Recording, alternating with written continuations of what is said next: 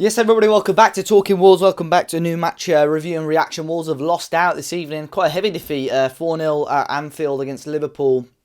Obviously, the reigning champions at the moment, but it's a strange one. A bit of an annoying result, obviously a heavy result, which we're not used to seeing much with Wolves under Nuno. And obviously, we saw that one earlier on against West Ham earlier in the season.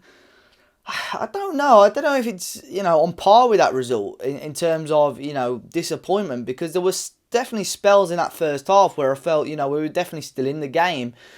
But I think most goals, again, were avoidable. Just silly mistakes. And we know against the big teams in the league and any Premier League team, really, you can't afford to give teams chances like we have done today. We're starting obviously with the four at the back again. We went with like a 4-3-3 today. Patricio starting in goal. We saw Marçal, Cody Bolly and Nelson Semedo across the back. We saw Neves return into the squad with João Moutinho and Leander Dendoncker. And then a front three of Neto, Podence and Adama. And it was just pretty obvious throughout the 90 minutes really that we did miss the presence of someone like Raul Jimenez. We missed that sort of big striker that can, penetrate the defences and get in with the ball. But it didn't really quite happen today. We have Podence, we had Neto and Adama, who are all very quick and skillful players and good on the ball, but didn't quite have the, like I say, the almost the presence to break through that Liverpool defence. But we started off okay. Liverpool, as you'd expect, having a lot of the ball, but we had the first big chance really, that little chip by Podence. A young goalkeeper coming in, not really had much first team experience. You want to be testing him. I was surprised that we weren't, pumping the ball into the box a little bit more, trying shots from range. But that was a really good effort by Podence and really had the goalkeeper scrambling. And a good way to kick us off, really good chance there. And then, unfortunately, obviously, Salah grabbing that goal then. Mistake by Cody, you can't sugarcoat it really. It was poor by Cody. He should have just headed it away. I think he's tried to chest it down and sort of volley it away, and he just got it horribly wrong. And Mo Salah is absolutely lethal. His goal record in the Premier League over the last 2 or 3 years speaks for itself. You can't give anybody like that a half chance because they will take it. And then, of course, the VAR, the penalty incident right on half-time. Connor Cody winning the penalty for Wolves, went to VAR and overturned.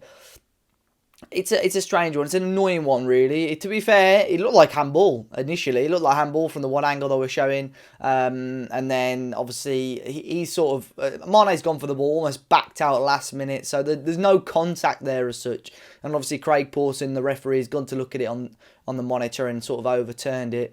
It wasn't a dive, though. It wasn't a dive. I think Cody was just expecting the contact and anticipating the contact. But there was no appeals for the penalty, really. So I don't think you could class it as a dive. So I saw a few comments about that on social media, which I thought was very, very wrong. But to be honest, that first 45 left me with a bit of promise still going into the second half. I thought we'd done enough in that first half to possibly get something out of the game. Liverpool looked stronger on the ball, but we'd created 1 or 2 decent opportunities, to be fair. And all we needed was, like we saw against Arsenal, just a really nice counter-attack, a good move, and it would have happened. But second half, we just sort of fell to bits. I think, obviously, Nuno went in at half-time and said, look, if we want to get something out of this game, we're going to have to attack more, which is what we did. But for a team which is very much very new with a back four, you could tell really the lack of experience really cost us. The defence at times was all over the shop. The second goal was the Wijnaldum one right after Cody had another chance. It would have been a crazy game for him if he'd obviously had the mistake, had his penalty overturned, and then put the ball in the back of the net. Again, his chest, that touch just wasn't quite tight enough, and he could have got that volley away. And I was pretty confident he would have scored if he got some sort of contact on that. And then Liverpool go down the other end. But again, the back four is all over the place. You've got sort of Cody sat a little bit. Cody and Marçal are playing a little bit too deep, and then almost Nelson Semedo and Willy Bolly just sort of played too high. So we've just got to get that consistency and experience together as a team in the back four. But Wijnaldum's finish was great, to be fair, and just caught us out with some poor position and a good counter attack by Liverpool, really. But the thing is with Liverpool, though, on a Jurgen Klopp side, they move the ball so quickly, they can stretch the play, but they can do everything. They press high, they're quick, like I say, stretch the play. They make it so difficult. They make the pitch look massive. And every time we were on the ball, it was as if they had 22 players on the pitch because we just didn't have any players around. So, they fully deserved the win, really, and dominated the game. The third goal for me was one of the more frustrating ones because it's almost a carbon copy of how Arsenal scored last week, where they've taken this short set piece and we're just not closing it down quick enough. And, the ball's coming. There's a brilliant ball. I think it was Salah that whipped it in and Matip scoring the header. But, it's so avoidable. Just, put a lot more pressure on the man. But, their distribution into those areas is phenomenal, as we saw with the fourth goal. But that third goal for me, why do we take these short set pieces and never really have anything like that come from it? But the fact, we've played two teams, to be fair, let's say top 6, top 7 teams in Arsenal and Liverpool, who've taken these short set pieces and taken them, instantly. So that was a little bit frustrating. And the fourth goal, again, great ball by Trent, but the defensive positioning was all everywhere, really. Unfortunately, Nelson Semedo's gone down as an own goal for him. You know what? I just hope Wolves can write this game off and go again on Saturday. The last time we had this heavy defeat was against West Ham, and we had, after that, to be fair, a run of decent results. Obviously, the biggest question mark as well after this is back 4 or back 5. I had a lot of people say to me on social media we should have gone with a back 5, but they would have been the same people moaning that we weren't attacking enough. So I think I said it on the Talking Wolves podcast, the most recent podcast, with the back 4. You're not going to get the defensive stability, and we're going to have to expect to concede more goals. But there are definitely going to be games where last season we would have drawn that we'll go for it and win more games. So, we have to take the rough with the smooth, I think, with a back 4 system.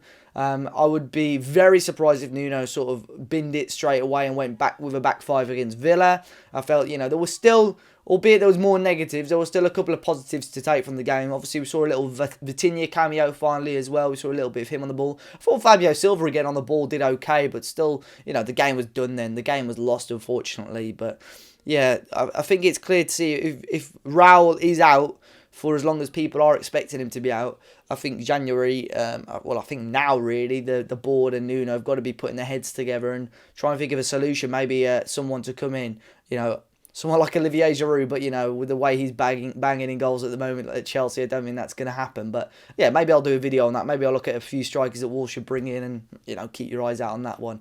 But, yeah, disappointing defeat against Liverpool today, but fingers crossed Wolves can bounce back against Aston Villa next Saturday. As always, guys, let me know your thoughts in the comment section down below. Support the channel by hitting that like button and subscribe to the channel if you're new. Enjoy the rest of your week, and I'll see you all very, very soon.